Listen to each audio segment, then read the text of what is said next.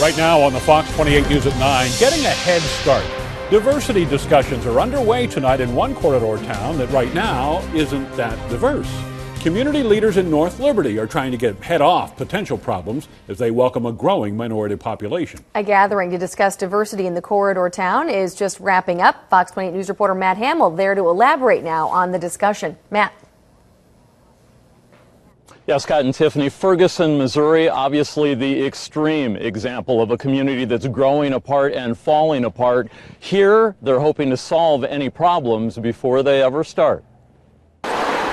It's come a long way from a sleepy little town called Big Bend on the Iowa River. North Liberty is a thriving bedroom community with popular restaurants, sprawling businesses, a population that's tripled in recent years to 16,000, and more than 8% of that is now Hispanic and African American. This has caused a change in our neighborhoods. That's why about 60 people came out in the cold to ask tough questions about diversity. Pastor Alecia Williams says it's time to face facts. We have to be willing to have uncomfortable conversations. We have to be willing to say, who do we want to be? What does an inclusive North Liberty look like? I want them to feel safe. I want them to know that this is their home. Some residents told the police chief they're concerned about racial profiling of their children.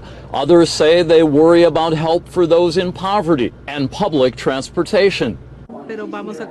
Also concerns about Hispanic residents afraid of police and providing education for all. And they say it's not naive to think solutions can all begin talking face to face. To me, this is exactly what you would want, what I call healthy outrage.